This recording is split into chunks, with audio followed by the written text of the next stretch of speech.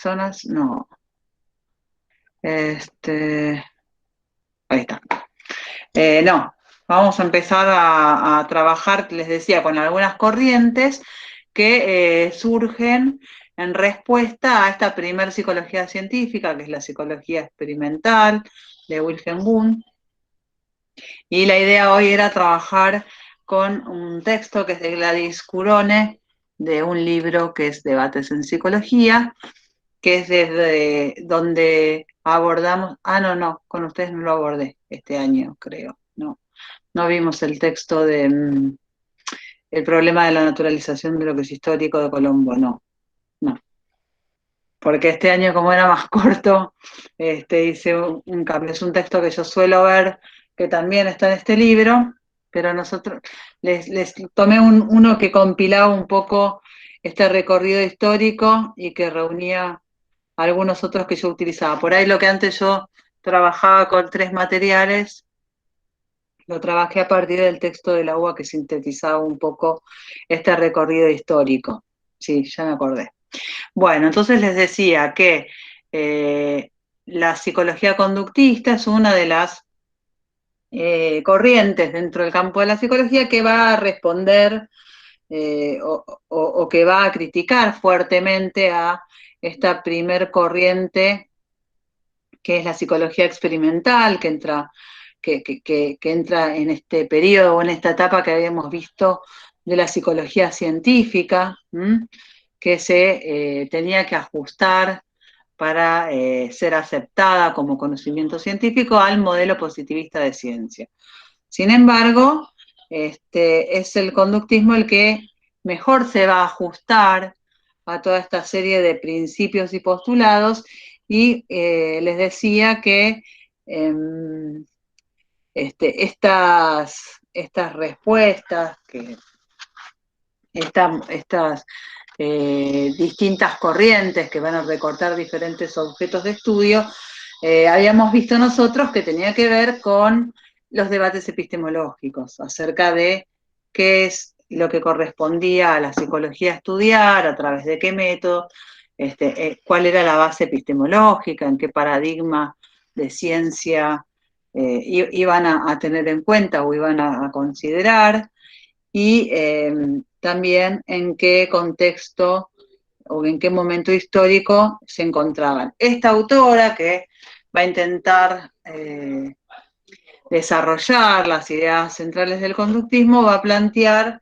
que para comprender una teoría científica es necesario tener en cuenta el contexto histórico y cultural en el que la corriente se desarrolla y también la base epistemológica en la que se van a basar sus postulados, desde la cual va a investigar y va a teorizar, en este caso, el conductismo. Entonces, lo primero que empieza ubicando es el contexto histórico de su surgimiento, que lo ubica en Estados Unidos a comienzos del siglo XX, y va a decir o va a explicar cómo este conductismo, les decía yo, había tenido un fuerte impacto y una gran adhesión, y que esto ella lo ligaba o lo vinculaba a toda una serie de cambios que se estaban dando en esas sociedades, que tenía que ver con una reforma en la industria, una reforma económica, una reforma en el comercio, y que Estados Unidos estaba recibiendo grandes corrientes migratorias con gente que tenía que ubicarse en el campo laboral, que se avecinaba la Primera Guerra Mundial, y el conductismo de alguna manera prometía o planteaba como objetivo la predicción y el control de la conducta, y que existiese una teoría, ¿sí?, que ofertara, ¿sí?, de alguna manera este control y esta predicción de la conducta, venía bien, digamos, a las características que yo les mencioné de estos grandes cambios, porque permitía responder a las necesidades de una sociedad que debía encarar grandes cambios y donde debía modificarse ciertos comportamientos para que estos individuos puedan adaptarse o ajustarse a estos cambios sociales e históricos. Y la psicología cognitiva, perdón, y la psicología conductista ofrecía esta posibilidad, ¿sí? Porque si podíamos predecir y si podíamos controlar la conducta, íbamos a poder generar modificaciones en ella que permitieran adaptarse a esos nuevos cambios. Incluso planteaba la autora de convencer, digamos, o de alguna manera conseguir la adhesión a que la gente se enlistara para la guerra. Profe, Bien, de sí, esta época son todos los experimentos de obediencia a la autoridad. tiene que ver con esto, sí, sí, tiene que ver con esto, con la experimentación, tiene que ver, sí, y todo y ubica también los antecedentes de los experimentos en psicología animal, que bueno, que, que muchos de estos experimentos son tomados por estos autores.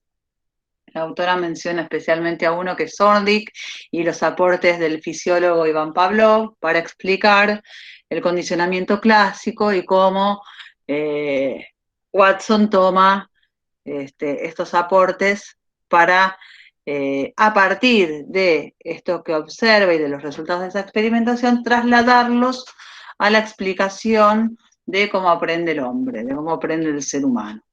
¿Mm? Bueno, entonces les decía, ubica ese contexto histórico que les mencioné y también la base epistemológica, a decir que de alguna manera esta teoría se va a apoyar en el positivismo y se va a apoyar en el pragmatismo, desde la filosofía, el pragmatismo y, bueno, y el positivismo, que nosotros ya habíamos mencionado, va a tener que ver con el modelo de ciencia, ¿no? Que adopta el conductismo. Se va a ajustar al modelo o a la concepción positivista de ciencia que planteaba que el conductismo en este caso se tenía que ajustar a ciertos criterios de objetividad, ¿sí? Cuyo modelo era el de las ciencias naturales, ¿sí? Y que se basaba, estos postulados del positivismo se basaban en tres grandes principios. Uno era el principio de fenomenalismo, ¿sí? En donde el objeto de conocimiento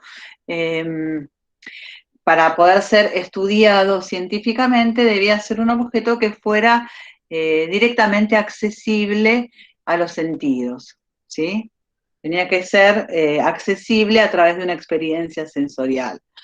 El otro principio era el principio de nominalismo, que planteaba que el lenguaje científico tenía que estar referido no a entidades universales, abstractas, sino más bien se tenía que referir a individualidades concretas, a objetos externos, particulares, singulares. Y el tercer principio tiene que ver con la unidad de las ciencias, que planteaba que tanto el abordaje como el método utilizado por las distintas disciplinas, ya sean sociales o naturales, tenían que ser, debían seguir este modelo de las ciencias naturales, que era el modelo científico por excelencia desde este paradigma, ¿no? Desde el paradigma positivista. Y el pragmatismo, ¿sí? Planteaba como tesis central, que inicialmente es expuesta por Charles Peirce, planteaba esto de que la verdad de una idea tenía que ver con sus consecuencias prácticas. Es decir, que una idea para ser verdadera tenía que tener una consecuencia práctica, tenía que tener una utilidad. Había un criterio bastante utilitario acá. La veracidad de las hipótesis científicas se establecían en función de las consecuencias prácticas que producían. Entonces, nada, un poco esto es lo que plantean. Para que una idea sea significativa, debe tener algún efecto práctico. Debe tener algún efecto práctico en nuestras acciones. ¿Sí? Todo conocimiento para ellos tenía un fin práctico. En eso se basa el pragmatismo. En este caso pensemos que si el objetivo tenía que ver con poder controlar la conducta es claramente, o podemos pensar claramente en esta base, ¿no? En esta cuestión pragmática. Bien, otra de las cuestiones que menciona la autora tiene que ver con los antecedentes del desarrollo de esta corriente, que les decía yo que emergía en un momento donde había un gran desarrollo de la psicología animal. ¿Sí? Y ahí toma un autor que se llama Zornig, que fundamentalmente va a ser el que va a poder ser considerado como los antecedentes de uno de los dos conductistas, porque ella va a tomar el conductismo clásico y el conductismo operante. Los representantes serían Watson y Skinner. Ese conductismo operante está muy basado en dos leyes que plantea Zornig para explicar el aprendizaje. Estos investigadores experimentan con cajas de experimentación diseñadas en donde ponían animales que debían, donde era esperable que aprendieran ciertas respuestas con el fin de conseguir su libertad, obtener algún alimento. Entonces tenían como una especie de laberintos, o tenían que llevar adelante ciertas conductas para obtener o su libertad o, les decía, un alimento o algo que reforzara ciertos comportamientos. Bien, entonces les decía, trabajaba con animales, trabajaba con cajas problemas. Y estos investigadores en realidad lo que hacen es generalizar los resultados. Esos resultados que observan a partir de esas experimentaciones, las trasladan a el hombre para explicar su aprendizaje y explicar su comportamiento. Este autor va a ubicar dos leyes del aprendizaje que son la ley de efecto y la ley de ejercicio. ¿Sí? Piensen que el conductismo en general va a basarse en el estudio de la conducta a partir de la relación y conexión entre los estímulos y las respuestas. ¿Sí? Y va a explicar en esos términos la conducta.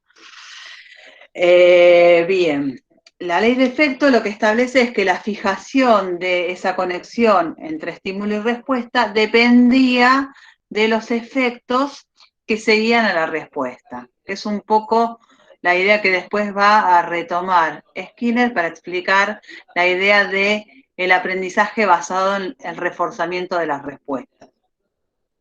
Y ese condicionamiento que va a diferenciar del condicionamiento clásico y que va a ser el condicionamiento operante. Bueno, la ley de efecto tiene que ver con eso, con el efecto que genera o que siga una respuesta y cómo ese efecto puede favorecer, ¿sí?, la fijación de esta conexión entre un estímulo y una respuesta. Entonces, ¿qué decía? Que si la respuesta era seguida de un factor de satisfacción, que fíjese cómo todos lo llevaban al campo del observable. Decía, bueno, ¿cómo sé yo que la respuesta que es seguida por un factor de satisfacción? Porque el animal, en este caso, no intenta evitarlo. Entonces, si no intenta evitarlo, se consideraba que ese efecto era satisfactorio para él. Y así como era insatisfactorio, se intentaba evitar ese efecto. Entonces, si la respuesta era seguida por un factor de satisfacción, esto fortalecía la conexión entre ese estímulo y la respuesta. En cambio, si la respuesta era seguida por un factor que era perturbador, la conexión entre ese estímulo y esa respuesta se debilitaba. Entonces, esa sería la ley de efecto. Y después planteaba la ley de ejercicio. ¿Sí? La ley de ejercicio tiene que ver con recuperar el valor de la práctica, ¿sí? Pensemos en acá la práctica para el aprendizaje como la repetición. Bien, cualquier respuesta o situación iba a estar, decía, más fuertemente relacionada a la situación según el número de veces en que ese estímulo y esa respuesta se daban simultáneamente, ¿sí? O sea, iba a estar, según el número de veces en que una y otra iban a estar relacionadas, y el promedio de fuerza y de duración de esas relaciones era lo que iba a determinar la fijación de esa conexión. Entonces, la repetición iba a favorecer esa fijación que iba a tener que ver con que esa conducta perdurara a lo largo del tiempo. Por eso, ley de ejercicio, ¿sí? Tiene que ver con el valor de la práctica o la repetición para el aprendizaje, ¿sí? Y para el aprendizaje no se producía solamente por la ley de ejercicio, sino que a la ley de ejercicio también debía sumarse la ley de efecto. Es decir, que el aprendizaje era o dependía de ambas leyes, ¿sí? De la ley de ejercicio más la ley de efecto. Así era como lo explicaba. En el año más o menos 1913, Watson escribe un artículo bastante importante que se lo conoce como el Manifiesto Conductista, que es, en realidad se llama La psicología según la concibe el conductismo, y ahí él señala que es momento de que la psicología se ocupe de estudiar lo que la gente hace y no lo que la gente dice o piensa. Entonces, acá en este texto hace una fuerte crítica a la psicología experimental, a la cual tilda de subjetivista, ¿sí? Piensen que lo que se buscaba era generar un saber objetivo. Entonces la subjetividad era un poco aquello de lo que debíamos, lo que se rechazaba. Todo aquello que tuviera que ver con las categorías mentales, con categorías mentalistas, quedaba descartado de la posibilidad de un estudio científico, porque acuérdense que cuando vimos recién o mencionamos recién estos principios en los que se basaba el conductismo, uno de ellos tenía que ver con que el conocimiento científico se podía generar solo a partir de aquello que se podía estudiar porque era directamente accesible a la experiencia sensorial. O sea, que el objeto tiene que ser un observable, ¿sí? En cambio, si yo pienso en categorías mentales, mente, alma, espíritu, ¿sí? No serían observables. Por lo tanto, al no ser observables, no podrían ser estudiadas científicamente. Entonces, plantea una psicología que fuese una psicología que dice que su compañera más íntima es la fisiología, ¿sí?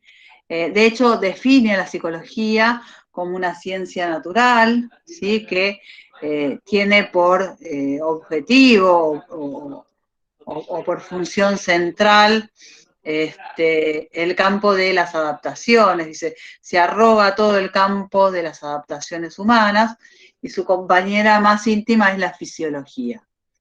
Piensen que hay en la base una concepción empirista, un aprendizaje que se va a plantear fundamentalmente basado en la experiencia. Él va a plantear de que hay muy poco de, de, de innato que traemos, hay muy poco que traemos de innato y que determina nuestro comportamiento, sino más bien que vamos a nacer con unos pocos reflejos incondicionados y que la mayor parte de los comportamientos se van a ir adquiriendo por condicionamiento. O sea que va a tener que ver con la experiencia. Por eso aparecía como tan famosa frase de denme 12 niños que, bueno, yo los puedo convertir en médicos, ¿sí? O barrenderos, o criminales o de acuerdo a los estímulos o al medio en donde estos fueran desarrollados, un medio que yo podía modificar, iba a poder también formar a esos individuos de alguna manera controlando este comportamiento y dando lugar a diferentes tipos de sujetos, ¿no? Entonces, bueno, él planteaba esta cuestión de que el objeto de estudios tenía que ser lo que el sujeto hace y no lo que dice o piensa, con esta idea de descartar fuertemente o liberar fuertemente a el conductismo de todas estas categorías mentalistas, conciencia, alma, mente. Proponía que fueran libres de todas estas categorías porque planteaba la necesidad de una ciencia objetiva. Bien. Y otra de las cuestiones que también va a criticar a la psicología experimental va a tener que ver con el método, ¿sí? Porque acuérdense que el método en la psicología experimental era la introspección experimental, ¿sí? Que si bien era guiada por el experimentador y controlada en el laboratorio, tenía que ver con esta mirada del sujeto que relataba, ¿no? Las sensaciones, las imágenes. Bueno, lo que va a criticar fuertemente el conductismo en esto es que es un método cargado de subjetividad. Entonces, critica tanto el método como el objeto de estudio.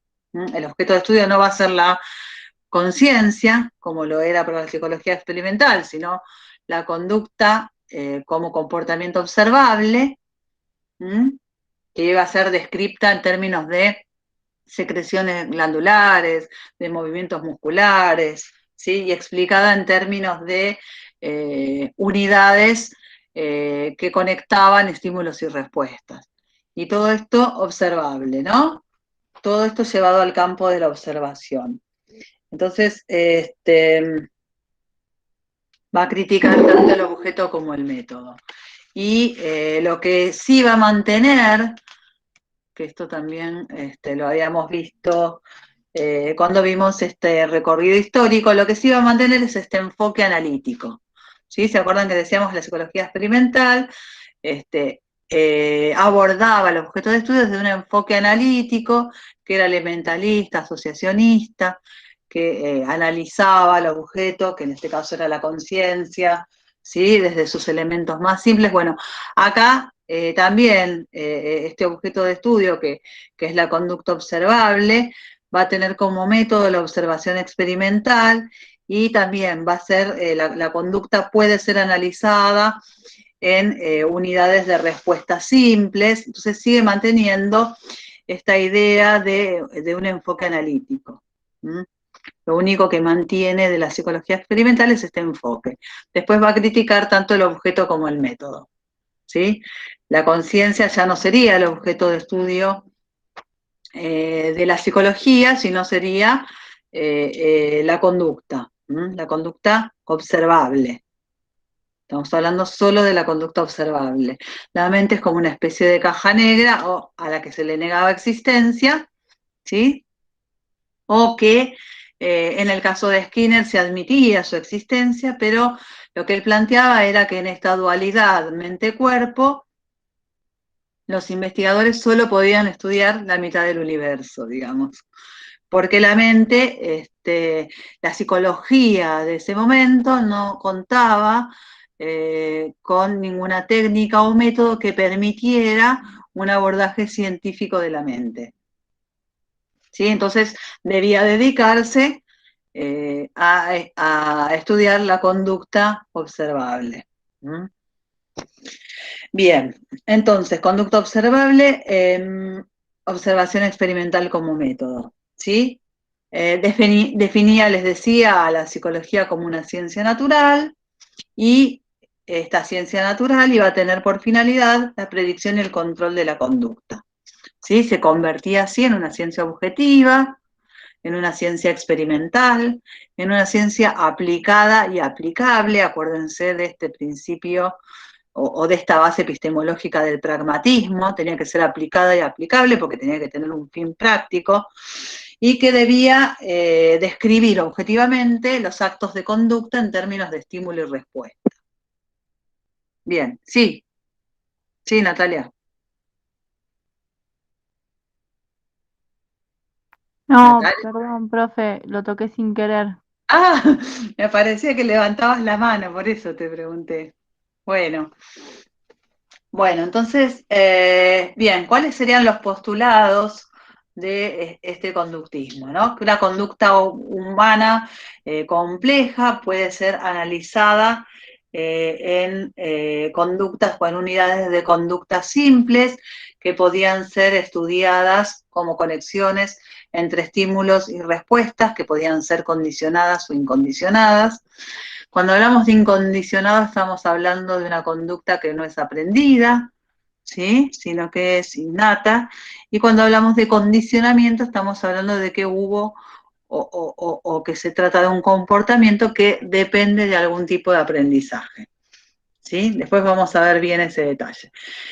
Otra de las cuestiones es que las conductas podían ser analizadas en su composición, ¿sí? De ser movimientos musculares o secreciones glandulares, esto que les decía yo, ¿sí? Que se traduce todo en términos observables, ¿sí?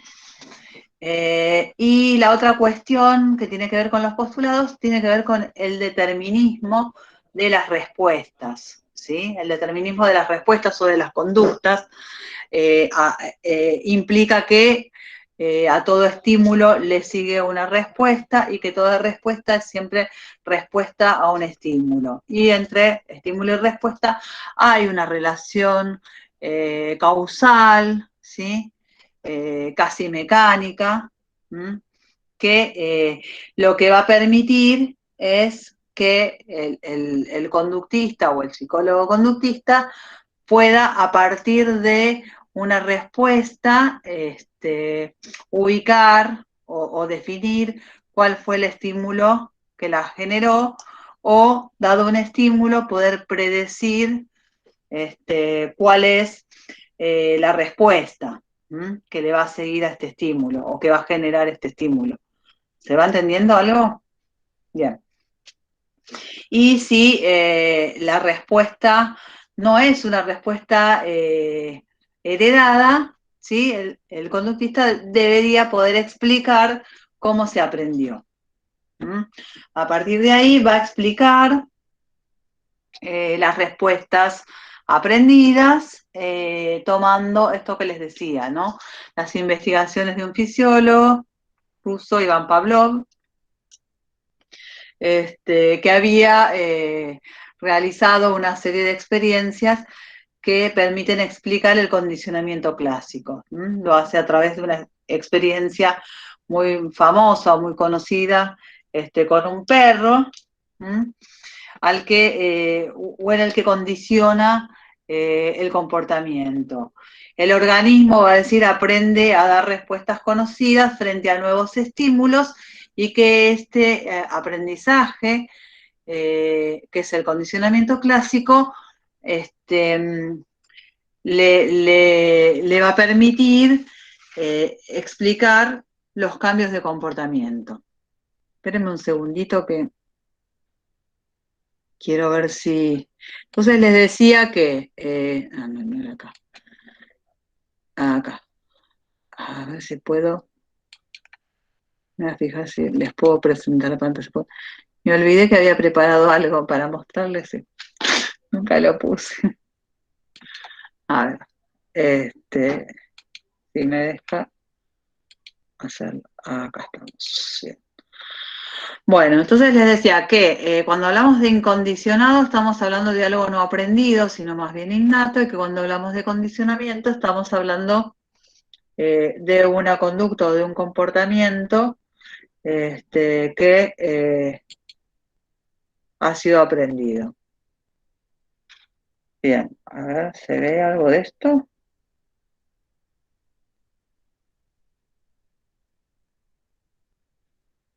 ¿Sí? Sí, Sí, profe. profe. Bien, bien. Sí, Bueno. profe. Bueno, está bien, entonces. Bueno, ¿Cómo explica Watson el aprendizaje? Vamos a ubicar esta teoría sobre el aprendizaje como una teoría contiguista, porque plantea la continuidad en tiempo y en espacio de la unión, esto que decía, o la conexión entre estímulos y respuestas, ¿sí?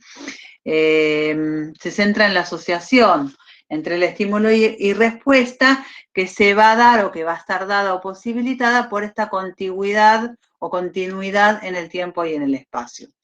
Bueno, esperen que voy a presentar esto y voy a ir siguiendo un poquito. Esto es lo que ya estuvimos viendo.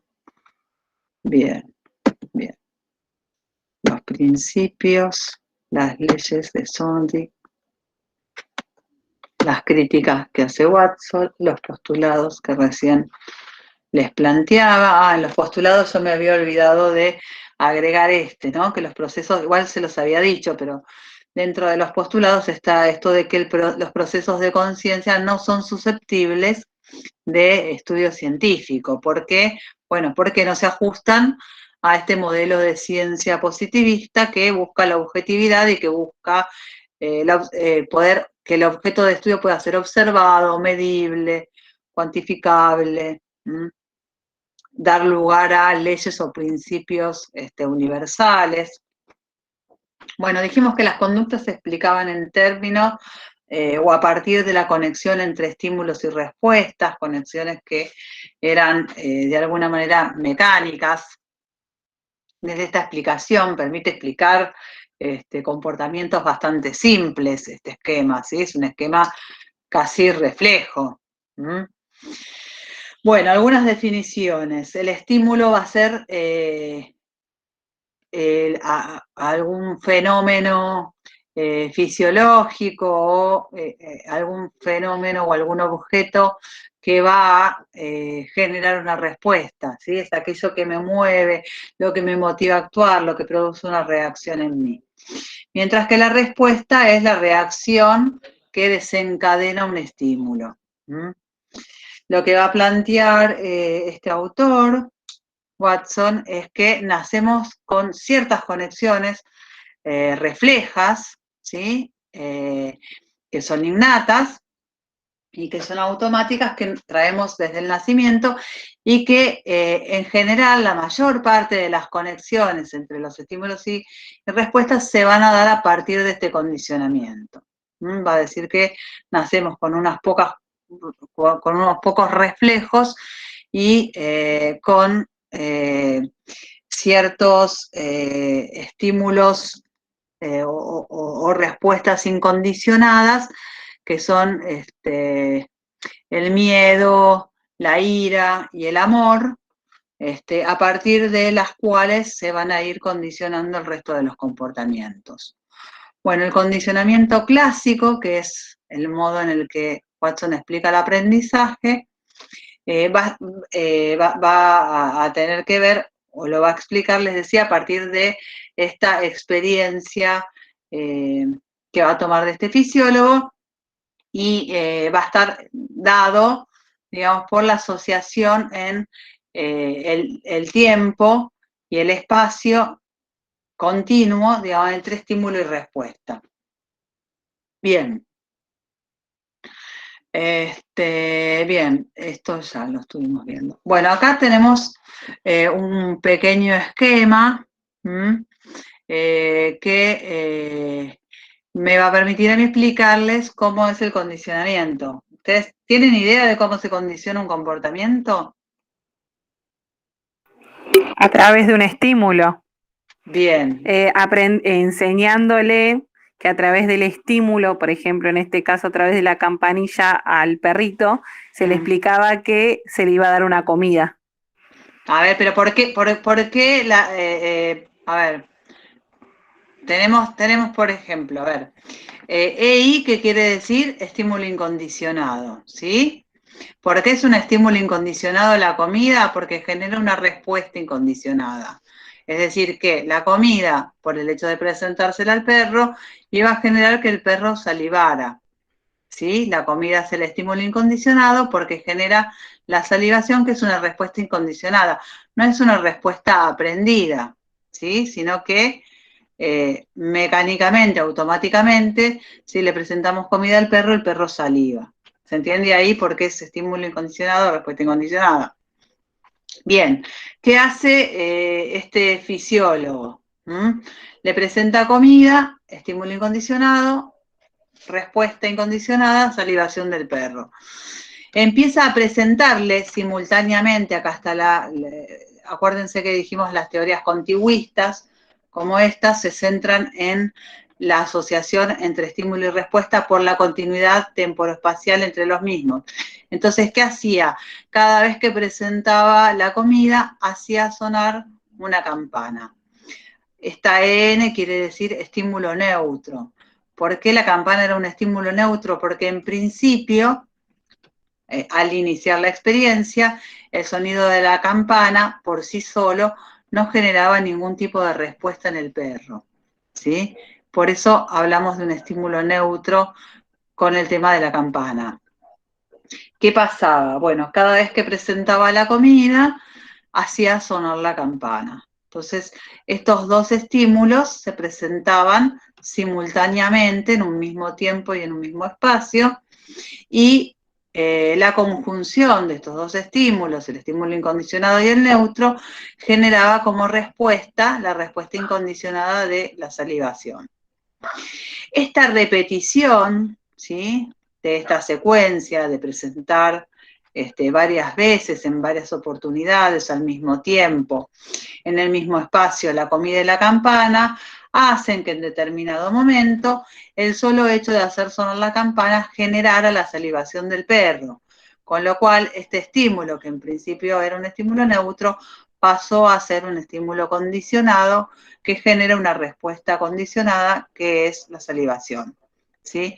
Antes la campana no generaba esta respuesta y ahora sí, porque había operado, ¿sí?, un condicionamiento, ¿sí? Se había generado un condicionamiento clásico. Y este es el esquema a través del cual va a explicar cómo se da el aprendizaje, ¿sí? Bien. Bueno, esto va a decir que es en el caso de respuestas conocidas a nuevas situaciones. Frente a nuevas situaciones, en el caso de respuestas conocidas a nuevas situaciones, la explicación para esto va a ser el condicionamiento clásico. Pero va a plantear qué es lo que sucede cuando se trata de respuestas nuevas, ¿sí? ¿Qué va a decir? Cuando se trata de respuestas nuevas, nos dice que frente al problema a resolver, el sujeto va a realizar toda una serie de respuestas distintas, ya sea respuestas conocidas o ya aprendidas, y respuestas que va a ensayar en ese momento, ¿sí? Que va a dar respuestas aprendidas y no aprendidas, y que finalmente va a ir aprendiendo cuál es la respuesta correcta, y que esa respuesta correcta va a dar lugar a la adquisición de hábitos a partir de la selección de todas las posibles. Ahí en el texto da un ejemplo de una caja con caramelos que tiene un dispositivo que, si el niño aprende a abrir, se le da como premio un caramelo, y entonces, bueno, como al principio toma la caja y ensaya toda una serie de respuestas, ya sean conocidas o respuestas nuevas, hasta que finalmente, en principio de manera azarosa, logra abrir esta caja, y cómo, en la medida en que esta experiencia se vuelve a repetir, cada vez requiere de un menor número de respuestas y va dando en un menor tiempo con aquella respuesta que le permite abrir esta caja. Solucionar, sí. ¿Puede ser que haya algo parecido con unas teorías de unos monos con la escalera y el agua y la banana? Sí, pero eso es una experiencia, sí, ya sé lo que mencionas, de la Gestalt. Mm. Es para explicar el fenómeno de insight, el aprendizaje por insight. Lo vamos a ver cuando veamos Gestalt. Después de ver conductismo, vamos a ver algunos aportes de la teoría de la Gestalt y vamos a tomar, no sé si lo menciona en el texto que trabajamos, pero si no se los busco si quieren. Sí, tiene que ver con un intento de explicar a partir de una experiencia que lleva adelante Kohler, de qué se trata esto del aprendizaje por insight, ¿no? La reestructuración de una situación y la respuesta que aparece súbitamente en la conciencia, y bueno, y ahí los gestalistas explican, ¿no? Cómo la reestructuración de los datos que hay en determinadas situaciones permiten resolver cierto problema. Y que bueno, que es la mente la que lleva a cabo todo este proceso de reorganización que va a derivar en una nueva configuración, una nueva Gestalt, una nueva reestructuración de esos datos con los que cuento para resolver el problema y que va a permitir justamente la resolución. Que en realidad esto que aparece como una respuesta súbita, como una conciencia de las relaciones entre los datos que conforman esa situación, requiere de todo un proceso mental de reorganización que es previo a esta conciencia de relaciones, ¿sí? Que es lo que genera este fenómeno del insight, ¿no? Que nosotros lo vemos como este eureka cuando uno de golpe accede a la solución de un problema que por ahí viene elucubrando o intentando resolver hace rato. Bueno, entonces les decía esto de que va a ir probando diferentes respuestas, ya sea aquellas que conoce o que ya tiene aprendidas y las no aprendidas, hasta que finalmente va a dar con aquella que permite resolver la correcta, digamos, ¿no? La que permite resolver el problema y que va a dar lugar después a un nuevo hábito. Iba a decir que esa respuesta que va a dar lugar a un nuevo hábito se va a seleccionar en un conjunto de respuestas, porque piensen que va probando, ¿sí? Por ensayo y error, hay todo un repertorio de respuestas, y que esa respuesta seleccionada que va a dar lugar a un hábito y un aprendizaje, es seleccionada basándose en dos principios. El principio de frecuencia y el principio de recencia o novedad. El principio de frecuencia tiene que ver con esto de que el movimiento que perdura, que sería el aprendido, cuando habla de el que perdura, o la fijación de la conexión que se mantiene a lo largo del tiempo, está hablando de aprendizaje. Entonces, ese movimiento que perdura va a ser el más frecuente. De todos estos que fue realizando al intentar aplicar para resolver el problema tanto las respuestas que ya estaban aprendidas como aquellas que va a ir ensayando. Bueno, el movimiento más frecuente de todos los realizados es el que va a perdurar. Y también el otro principio es el principio de recencia o novedad, que va a plantear que es la respuesta más reciente antes de dar con la solución del problema, la que va a perdurar en el tiempo, ¿sí? En general, la más reciente antes de resolver el problema va a ser la que le va a permitir abrir la caja, ¿sí? Entonces, es en base a estos principios, el de frecuencia y el de recencia o novedad, que se va a dar la selección entre todas estas respuestas que va a derivar en la formación de este hábito. ¿Sí? Este hábito sería, en este caso, el aprendizaje. Fíjense que es una teoría que la autora va a decir que es una teoría ambientalista, porque justamente el aprendizaje se basa más bien en todo lo que tiene que ver con lo adquirido, ¿sí? Con la experiencia, con el ambiente. Frente a esta polémica entre innato y adquirido, lo que adopta Watson es una postura medioambientalista. ¿Por qué? Porque concede fundamentalmente importancia al bagaje heredado, muy poca importancia al bagaje heredado y una gran importancia a la estimulación del ambiente, ¿sí?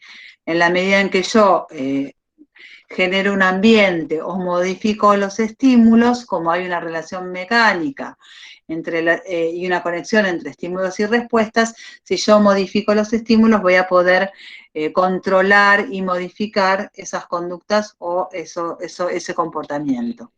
¿Sí? ¿Vamos bien? Sí, profe. Bueno. Sí, profe. A ver.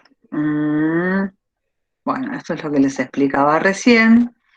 ¿Sí? El principio de frecuencias que perdura el movimiento más frecuente y el de recencia o novedad, la respuesta más reciente antes de solucionar el problema. Bien, esto también es lo que recién les estaba planteando. Y yo les decía que además de un conjunto muy reducido de comportamientos reflejos, lo reflejo tiene este carácter de lo incondicionado, que nacíamos para este autor, esto de la escasa importancia al bagaje heredado, por lo reducido, digamos, de estos reflejos. Para Watson nacemos con 3 respuestas incondicionadas. Esto que yo les había mencionado de las emociones básicas, que eran el miedo, la ira y el amor. Este miedo, ira y amor, ¿sí? Van a ser respuestas observables que aparte van a estar generadas a partir de estímulos específicos. Es decir, que el miedo, por ejemplo, a ver, espérenme un segundito, ¿eh?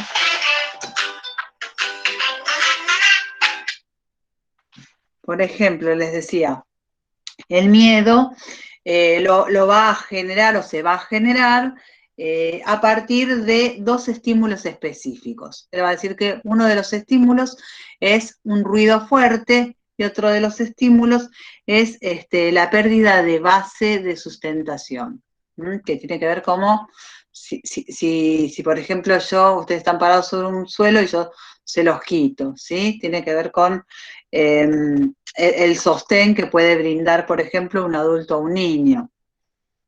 Entonces, ¿qué va a decir? Que el miedo va a estar generado o va a ser la respuesta incondicionada, es decir, no aprendida, a partir de estos 2 estímulos que son específicos. O sea, son estos estímulos y no otros específicamente los que van a desencadenar esta respuesta que es el miedo.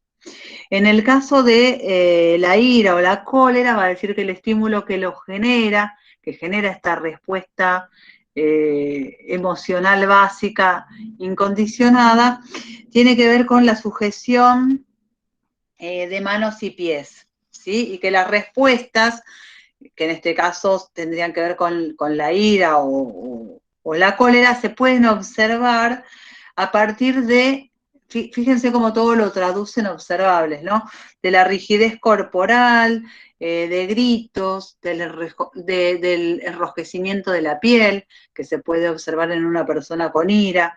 El amor, va a decir también, que es una emoción básica, incondicionada, cuyo estímulo específico tiene que ver con las caricias al cuerpo del bebé. Y que las respuestas que se observan son la piel rosada o la relajación del cuerpo y a partir de las cuales el bebé se tranquiliza.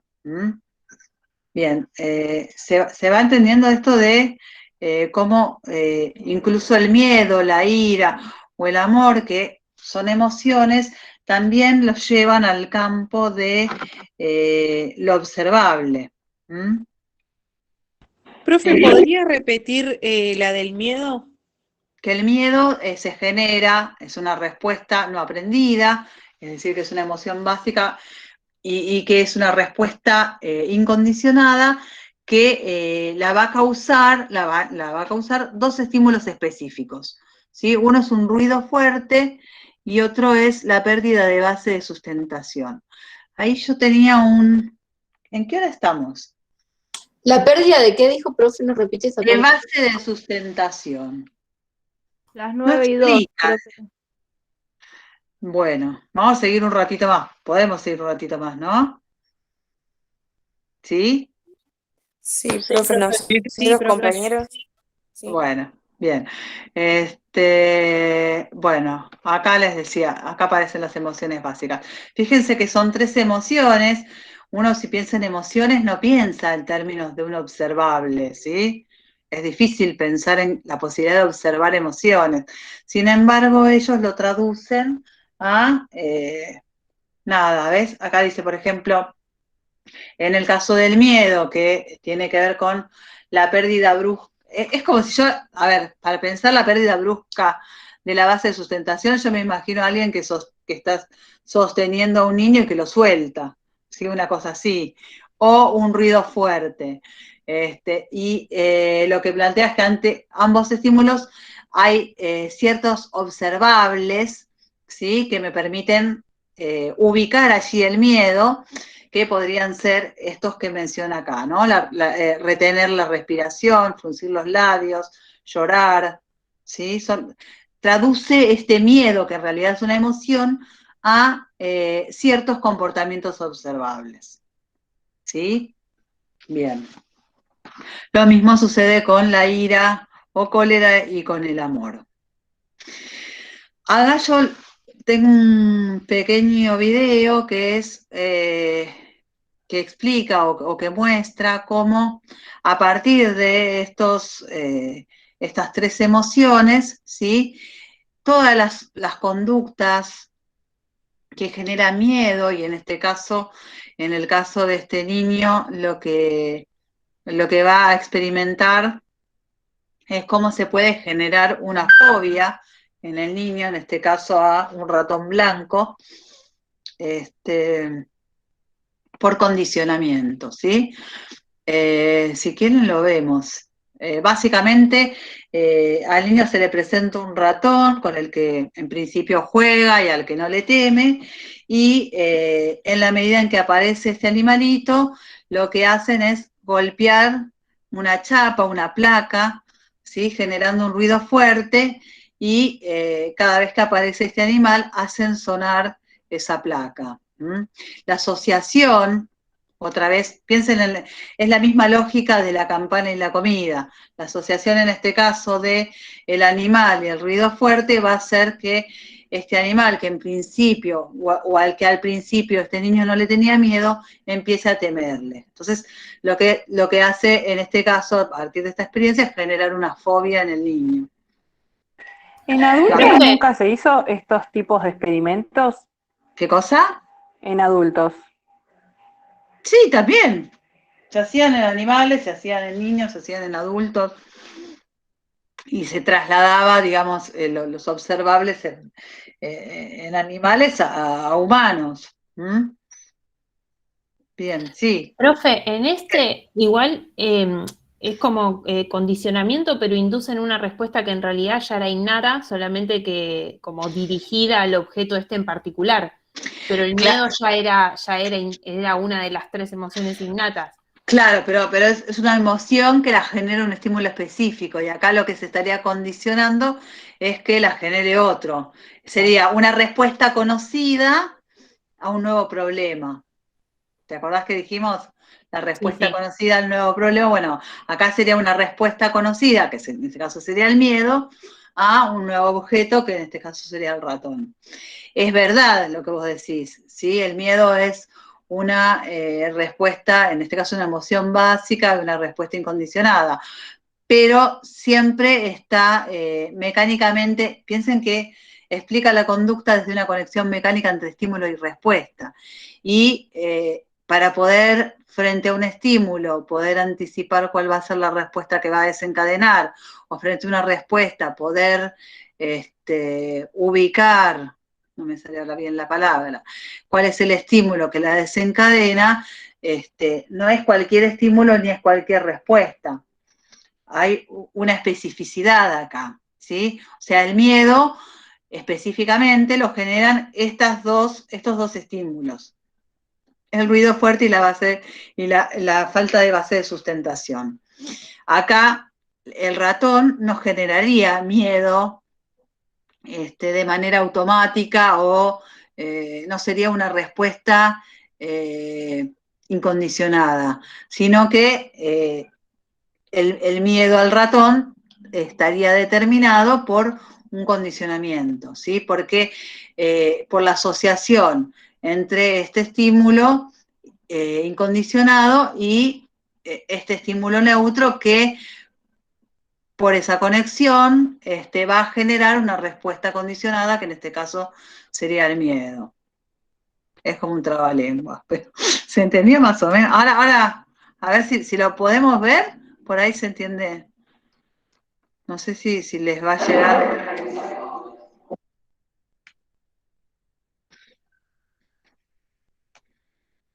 ¿Se escucha? No, profe, no sé. No, Los demás. Los videos míos son un desastre. ¿No se escucha? A ver, ¿ahora? No, profe, solo se ve. No, no, No, no, sigue ve. sin escuchar.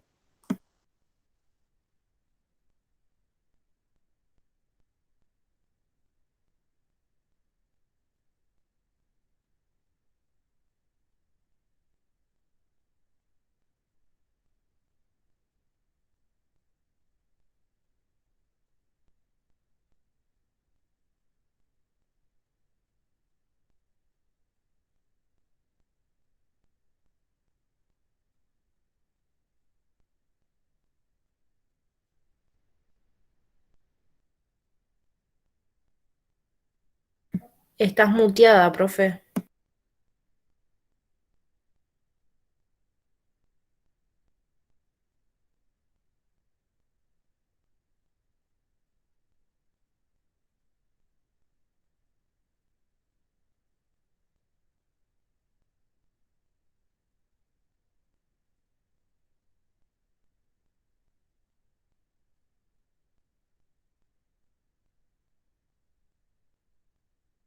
¿Se fue la profe? Sí, ahí decía que María Laura Longoni abandona la reunión.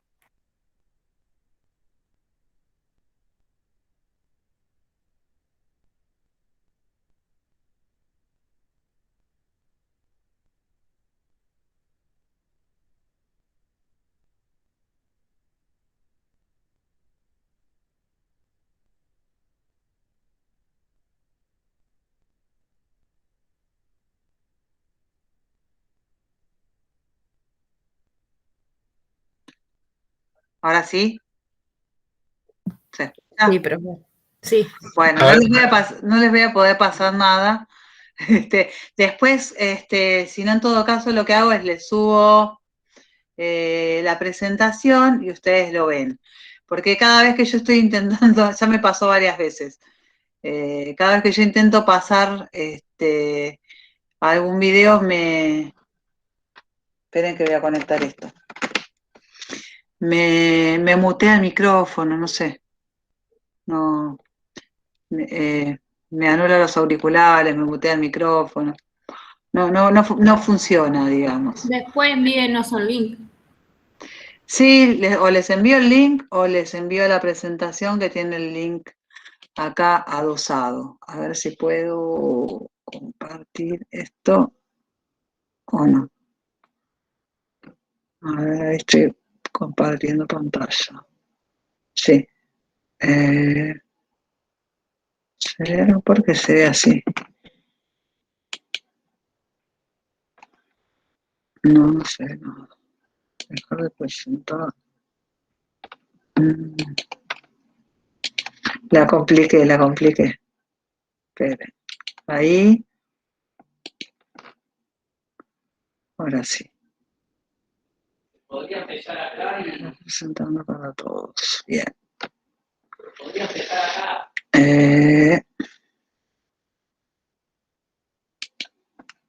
Bien. Y ahora. Pero no está todo. Podría empezar acá y Ahí está. Ahí bueno. Bueno.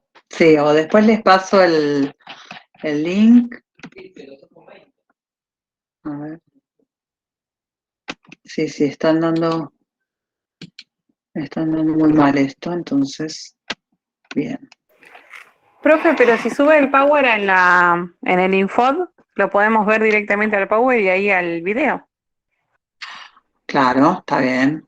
Está bien, está bien. Yo porque se los quería mostrar ahora. Igual se los había explicado, es lo que yo les expliqué. Sí, presentan a este. Ay, ¿qué pasó acá? Presentan al ratón blanco. ¿Se ve esto? ¿La presentación? No, profe, se salió. No, profe. ¿Está viendo? No. Ay, Ahora no. Dios. Bueno, espérenme un segundito que vuelvo a cerrar esto. Bueno, no voy a hacer más experiencias de este tipo porque si no, cuando pueda, podría subir. ¿Qué me están pidiendo que suba? Perdón, no leo. El chat, a ver. No sé quién me escribió recién.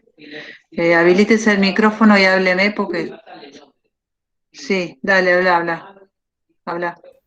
Lo que yo le Decime. pedí es si podría subir el programa de la materia para ir sabiendo cuáles son los Está textos que hay que subido, leer. mi amor, desde la primera clase. No lo El encuentro. programa de la materia. Está subido desde la primera clase. Sí. El Lo programa y busco, todo el no, material. no lo encuentro. ¿Eh? Lo busco y si no le digo. Sí, búscalo. No lo encuentro por eso. Bueno, gracias. Profe, Sí, yo pero no tengo está subido, habilitada para ver las otras clases porque como que no entregué el trabajo, me dice. El último trabajo que lo entregamos en grupo. Sí. No me habilita las otras clases para poder ver. Sí, profe, a mí me pasa lo mismo. Me quedó la 4 y la 7 bloqueadas en el Infod. ¿Pero A mí por qué también. le queda? Porque como el trabajo lo entregó uno de todo el grupo, me aparece como que hasta que no Ah, esté calificada, Claro, a mí también. no me deja acceder a las clases. A mí me pasa lo bueno. mismo también. Hoy estuve mirando a ver si usted bajó una clase para leer y miré que hasta la clase 4, las otras están bloqueadas. Como que no entregué Mirá. nada. No, yo ya subí todo. Sí, bueno. Pero no nos permite verlo. Lo tenemos Sí, bloqueado. entendí, chicas, esperen, déjenme ver, después veo cómo hago para habilitarlo. Lo que pasa que el tema es que tendrían que entregar el trabajo como para que no pase. Claro, pues si yo pongo una actividad como obligatoria, yo las pongo como obligatorias, pues las tienen que hacer, y no las entregan, queda como que no la entregaron. Y está armada la clase como para, es difícil de explicar. La misma aula, ¿sí? Si ustedes no, por una cuestión de secuenciación, si ustedes no visitan todos los espacios, no resuelven todas las actividades, es como que no los deja proseguir con la siguiente. No sé, déjenme ver cómo. Tendría que sacar, me parece que lo puedo resolver si le saco el obligatorio. Ustedes sepan que las actividades son obligatorias, más allá de que yo les saque el obligatorio. Simplemente lo voy a hacer por una cuestión de que puedan acceder a las clases. ¿Está bien? Claro, pero encima tampoco te deja marcar como que ya la hiciste o bueno, pasó y no la pudiste entregar, no puedes avanzar, digamos. Y no, porque la idea es hacer ese recorrido. Digamos, esa es la idea. Condicionarnos, como Watson. No sé si condicionar las chicas, pero a ver, hay una secuenciación, ¿sí? Que tiene que ver con un Pero para recorrido. mí, profe, que es como general, porque en mi caso yo entregué el trabajo del grupo y también Sí. está inhabilitado, digamos, el acceso a las demás clases. Mira, yo nunca vi en la historia de la humanidad un aula armada con estas características. Yo te digo, yo uso en 2 institutos más el Infod y en ninguno de los 2 tengo la cantidad enorme de problemas que me está generando acá esta aula. Que el año que viene voy a pensar muy seriamente qué dispositivo utilizo, si es que tengo que utilizar algún dispositivo virtual, porque la verdad que en estas condiciones es muy difícil trabajar, muy difícil. Bien, bueno, déjenme que vea cómo lo resolvemos, y en todo caso, como nosotros nos vemos todas las semanas, me lo plantean y de última destinamos parte de la clase a resolver los problemas técnicos. Déjenme ver esto. Denme un tiempito para que... Pero bueno, nosotros tampoco sabemos qué leer, qué hacer, digamos, quedamos como bloqueados nosotros. Usted Bien. avanza, pero nos estancamos nosotros. No, a ver, ¿qué proponen? No puedo, ahora si no tengo que dejar la clase, ir y ver, ir probando a ver si se soluciona o no. Profe, si no los puede publicar en noticias, porque a mí, por ejemplo, la noticia me llegó, pero la clase yo no lo puedo avanzar, no puedo ver. Bien, ¿qué es lo que quieren que les publiquen noticias? Sean claras con los pedidos así. ¿Qué sería lo que yo tendría que publicar en noticias? ¿Con qué Profe, texto creo siguen? que hasta que se resuelve el problema de no poder ver las clases, que suba noticia el texto que vamos a leer en la clase o trabajar en la clase. Vamos a trabajar conductismo en la próxima clase. Si no terminamos esto, terminaremos esto. Y vamos a trabajar el texto sobre Gestalt, ¿sí? ¿Está bien? Sí, profe. Que eso está en el link que usted mandó una vez donde tiene todos los archivos ya subidos. Es del libro Actividad Mental. Esperen que les busco la teoría de la Gestalt, creo que se llama, si no me equivoco. Stasiesco, algo así se llama el autor. Sí, Alina Staseisko. Sí, la teoría de la Gestalt, un enfoque estructural para el estudio de lo mental. Ese es el siguiente texto. Así ya saben y no queda este problema. Igual voy a intentar resolverlo porque no solo subo textos, sino que subo explicaciones, subo presentaciones, a veces subo videos, ¿sí? Depende de... La idea es que ustedes tengan acceso a todo ese material. ¿Sí? No es solamente el archivo o la bibliografía de lo que tienen que leer, sino la clase, o incluso estas grabaciones yo las voy subiendo. Entonces la idea es que ustedes puedan acceder a todo el material. Bien. Entonces, estaba tratando de mostrarles, bueno, acá tienen el link es un video corto, de 2 minutos y algo, donde muestra un poco esta experiencia que les explicaba, en donde se condiciona el comportamiento del niño, se condiciona esta fobia que hace que el miedo sea una respuesta frente a la aparición de este pequeño ratón blanco, ¿sí? A partir de la conexión entre el ruido y el estímulo que en este caso sería el animal, que empieza siendo un estímulo neutro, pero que termina generándose un estímulo condicionado que genera una respuesta condicionada que es el miedo, que en este caso sería condicionada porque en principio este animal no la generaría, sino que se genera a partir de esta conexión con el ruido, que sí es el estímulo específico que genera esta respuesta específica del miedo. Yo les decía que otro autor que también se enmarca en esta teoría conductista era Skinner. Skinner va a hablar de el condicionamiento operante, que va a diferenciar del condicionamiento respondiente, que es el condicionamiento clásico que vimos recién, ¿sí? Que va a explicar estas conductas que son automáticas, que son mecánicas, en donde la mayor importancia va a tener que ver con el estudio de los estímulos, ¿no? De acuerdo a cómo yo o qué estímulo presento, voy a desencadenar determinados tipos de comportamientos.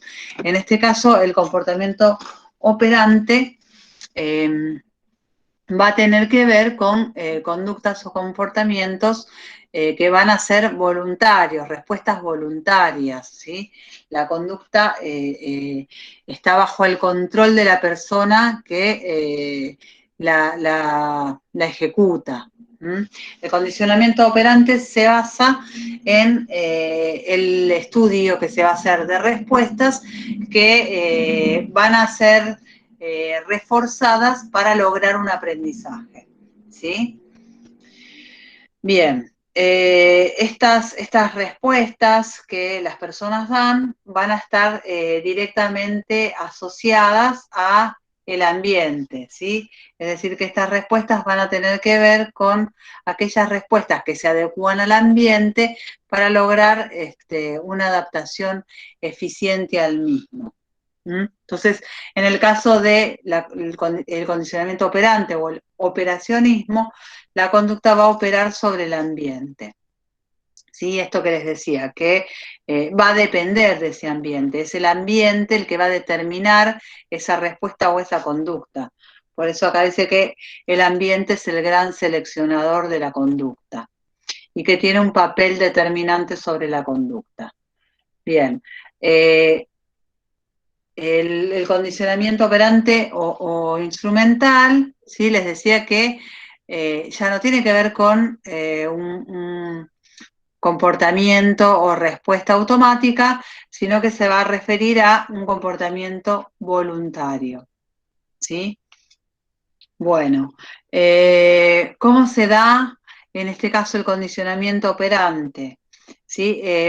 Básicamente a lo que apunta es a entender que un aprendizaje se va a producir a partir del refuerzo de ciertas respuestas y que este refuerzo puede ser un refuerzo positivo o negativo. Después ustedes acá van a tener también un link, esto que está acá en celeste, es un link que también lo lleva a un video cortito que les va a explicar un poco esta cuestión de cómo funcionan los refuerzos positivos y negativos. Básicamente, ¿sí? La diferencia, les decía, entre el condicionamiento clásico y el operante es que el condicionamiento clásico va a tener que ver con respuestas que surgen de manera mecánica, de manera automática, frente a la presencia de estímulos, y que en el condicionamiento operante lo que tiene mayor eficacia, lo que opera determinando este comportamiento es el ambiente.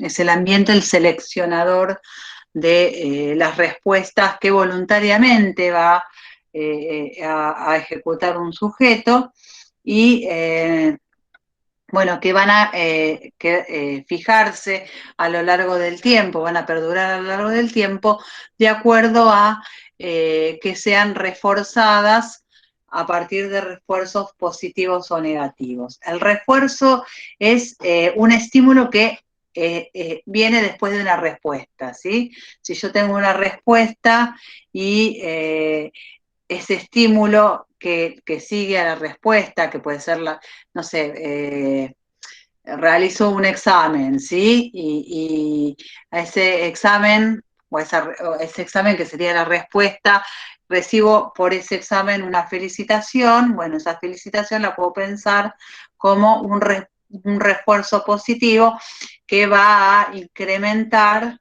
¿sí? Qué sé yo, mi buen desempeño o mi dedicación en la preparación de un examen, ¿sí? Entonces, hay un refuerzo positivo cuando este estímulo que sigue a la respuesta incrementa la frecuencia de la respuesta, ¿sí? Entonces, hay un refuerzo positivo cuando se incrementa la frecuencia de una respuesta por la presentación de un evento. Por ejemplo, en este caso tendría que ver con la felicitación, ¿sí?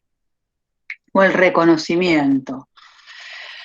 Bien, entonces el refuerzo positivo ocurre cuando la respuesta se fortalece porque se acompaña por un estímulo reforzante, como el ejemplo que yo les daba recién, ¿sí? O por ejemplo los animales aprenden a presionar palancas para obtener comida, ¿sí? La comida funciona como un reforzador del aprendizaje y hace que este comportamiento de presionar esta palanca perdure a lo largo del tiempo, ¿sí?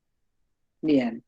Bueno, acá estaba el ejemplo que yo les había dado. La felicitación del maestro actúa como un refuerzo positivo que incrementa la dedicación del alumno. Bien, y cuando hablamos de refuerzo negativo, siempre que hablamos de refuerzo negativo o de refuerzo positivo, estamos hablando de un estímulo que incrementa la probabilidad de que una conducta perdure en el tiempo. Siempre es un refuerzo, ya sea negativo o sea positivo, ¿sí? Hay un refuerzo negativo cuando se incrementa la frecuencia de la respuesta por el retiro de un estímulo que es desagradable, ¿sí? Por ejemplo, quitar o sanar una dolencia, ¿sí? Que sería, en este caso, un ejemplo de refuerzo negativo, hace que la persona vaya al médico periódicamente. O sea, yo quito este estímulo que genera aversión o que genera un dolor, ¿sí? Quitar o sanar una dolencia, lo que va a hacer es reforzar la conducta de la visita al médico, ¿sí? Porque el médico va a ser quien va a permitir, ¿sí? que esa dolencia se sane. Entonces, el quitar el estímulo aversivo va a reforzar, en este caso, la asistencia periódica a un control médico. O, por ejemplo, en el mismo caso de el animal y la palanca, los animales aprenden a presionar palancas para evitar recibir una descarga eléctrica. ¿Sí? O retirar, este les va a gustar a ustedes, retirar los textos de estudio para el final hace que el estudiante ponga mayor dedicación durante el curso. ¿Sí? Podemos hacer una prueba Profe, empírica, a ver si eso funciona. No podemos ¿eso no hacerlo. sería un refuerzo positivo? ¿Por qué qué? negativo? Para mí es positivo porque va a sacar textos del final. Claro, pero... Creo que para los 21 que estamos conectados es positivo. Bueno, es un mal ejemplo, lo voy a borrar de la presentación. No, pero acá también yo estoy quitando la dolencia o estoy quitando cantidad de textos. O sea, lo negativo sería mucha bibliografía, ¿sí? Yo lo estoy quitando.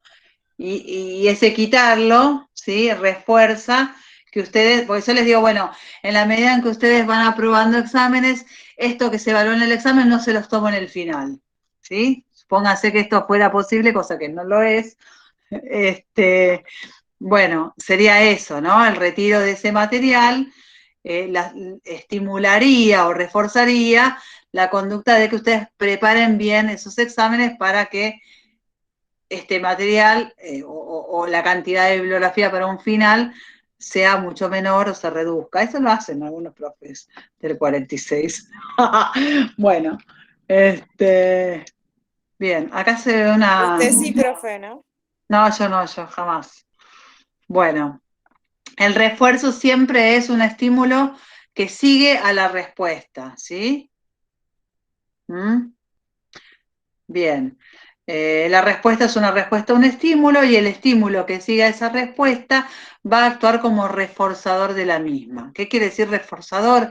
Que va a aumentar su probabilidad de que se mantenga a lo largo del tiempo. Y eso es lo que considera esta teoría un aprendizaje. Acá se ve la caja y la palomita, ¿sí? Que tocando este botón va a recibir la comida. Dice caja de Skinner, en la cual la paloma o rata aprende a manejar algún dispositivo que le permite obtener comida. Y en el experimento típico se refuerza la paloma para que picotee la tecla cuando esté iluminada. En este caso, la comida actuaría como reforzador positivo para que esta conducta que tiene que ver con, como dice acá, manejar este dispositivo, que en este caso sería apretar esta tecla de acá, va a estar reforzado por la comida, ¿no? Por recibir la comida. Hay también videos sobre esto. Y después este autor va a desarrollar ciertos programas de reforzamiento, que son como... él va a hablar de muchas de las investigaciones se aplican al campo educativo. Él va a hablar de máquinas de enseñar, de la enseñanza programada, y programada o planificada a partir de ciertos programas de reforzamiento que tienen justamente el objetivo de modificar el comportamiento y de reforzar ciertas conductas y de debilitar ciertas otras que el experimentador no quiere que el sujeto tenga. Entonces va a hablar de diferentes tipos de programas. Uno de ellos es el programa de reforzamiento de razón, y ahí va a hablar de el refuerzo de razón fija y el refuerzo de razón variable, y el otro es el programa de refuerzo de intervalo. Cuando es el programa de refuerzo de intervalo, acá la variable que va a variar, es el tiempo, y en el caso de la razón se va a referir a las respuestas, digamos. O sea, el refuerzo se va a hacer en relación a cierto número de respuestas. Por ejemplo, en un programa de reforzamiento de razón fija, se va a reforzar un comportamiento después de cierto número de respuestas. Por ejemplo, el dueño de la fábrica premia al obrero cada vez que termina 10 pares de zapatos, ¿sí? O sea, cada vez que va a generar un refuerzo, qué sé yo, que puede ser un premio en dinero, cada vez que... Eso nos hacían a nosotros en la fábrica. Eso nos hacían a nosotras en la fábrica. Yo trabajaba en una fábrica, teníamos, ponerle un tiempo de producción y teníamos que producir tanto. Y si terminábamos 1 o 2 horas antes, venía nuestro jefe, nos traía... ¿viste el café Nestlé, el Espresso, no sé qué? Con un montón de facturas. Y claro, las pibas después, ya toda la semana querían trabajar al mismo ritmo porque querían tomar el cafecito con las facturas. Y yo me enojaba y le decía, claro, nosotros somos tus ratoncitos, ¿no? Le decía, y él se reía. O sea que entendés perfectamente estos programas. Claro, es se utilizan para aumentar la producción en un menor tiempo. En este caso, fíjense cómo esto que parece, o también mucho en publicidad, ¿sí? Se condiciona el comportamiento para que la gente tienda a adquirir o a consumir determinados productos. Se utiliza bastante en ciertos ámbitos, digamos, o para ciertas cuestiones que tienen que ver con lo laboral. También en lo que tiene que ver con el abordaje psicoterapéutico para el tratamiento de ciertas fobias, es bastante común que se utilicen estas cuestiones. Bien, en el caso del refuerzo de razón variable, dice, se refuerza un comportamiento después de un número de respuestas variables. Fíjense que acá era cada vez que termina 10 pares de zapatos. Acá el número de respuestas va a ser variable, ¿sí? Pero en torno a cierto promedio. Por ejemplo, el dueño de la fábrica premia al obrero, a veces cuando presenta 15 pares, a veces cuando presenta 25, a veces cuando presenta 18, a veces cuando presenta 22, y de todos esos números el promedio sería 20. Esto de no saber, lo que plantea el texto es que es más efectivo el refuerzo de razón variable que el de razón fija, porque el no saber en qué momento se va a recibir el refuerzo hace que todo el tiempo se optimice esa producción. Bien. Y en el caso de el refuerzo de intervalo fijo, dijimos que la variable acá no tenía que ver con las respuestas, sino con el tiempo.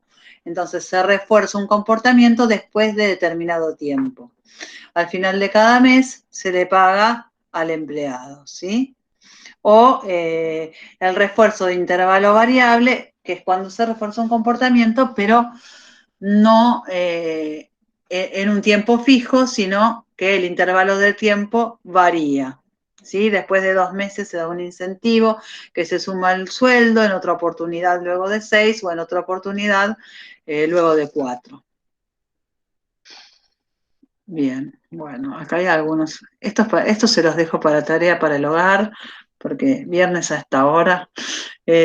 Bueno, acá es una especie como de ejercicio que tiene que ver con el programa de reforzamiento y con que ustedes puedan identificar en estos ejemplos si corresponde a un reforzamiento intermitente, de intervalo fijo, o de razón fija, o simplemente intermitente, o de intervalo variable. Igual, más que nada, el objetivo es entender de qué manera ciertos principios y ciertos postulados del conductismo van a permitir explicar cómo es que el conductismo, esperen que salgo de acá, permite explicar o formular leyes o principios que den cuenta de cómo un sujeto aprende desde estos principios. Bueno, a ver, ¿dónde estaba acá? Bien, voy a detener esto. Bueno, no sé si se entendió, más o menos hice un recorrido.